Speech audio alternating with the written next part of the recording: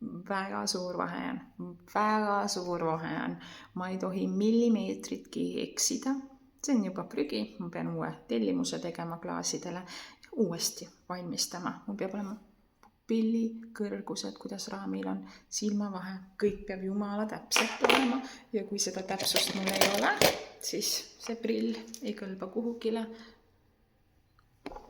Internetis tellid, sa ei tea kunagi, kuidas see prill sul ees istub. Kas see on nii või on nii? Või vaatad sa hoopis nii? Väga palju olenebki sinu nina juurest, on ju, kuidas ta hoiab raami. Ja kui sul on prill hoopis nii ees, aga tsenter on siin, siis ma ütlengi, see ei ole võrdväärne, see raha raiskamine. Odavam oleks osta ja teha kohe need õiged head prillid.